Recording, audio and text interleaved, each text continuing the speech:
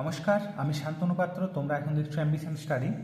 আমাদের আজকের আলোচনা গণিত প্রকাশ দশম শ্রেণী অধ্যায় 23 ছয়ের দাগের প্রথম প্রশ্ন। এটাকে আমাকে প্রমাণ করতে হবে sine square 45 degree plus cos square 45 degree সমান 1। তাহলে আমি এটাকে লেফট সাইড মনে করছি, লেফট সাইডে আছে, আর এটা হচ্ছে রাইট সাইড। তাহলে এখানে আমি লিখব left hand side sine square 45 degree plus cos square 45 degree.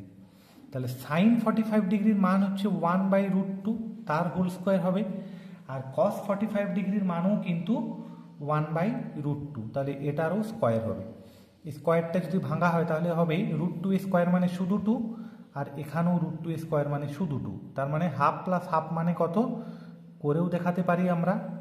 1 + 1 সমান হচ্ছে 2/2 ইকুয়াল টু কাটাকাটি করলে হচ্ছে 1, আর 1 সমান হচ্ছে আমাদের রাইট হ্যান্ড সাইড।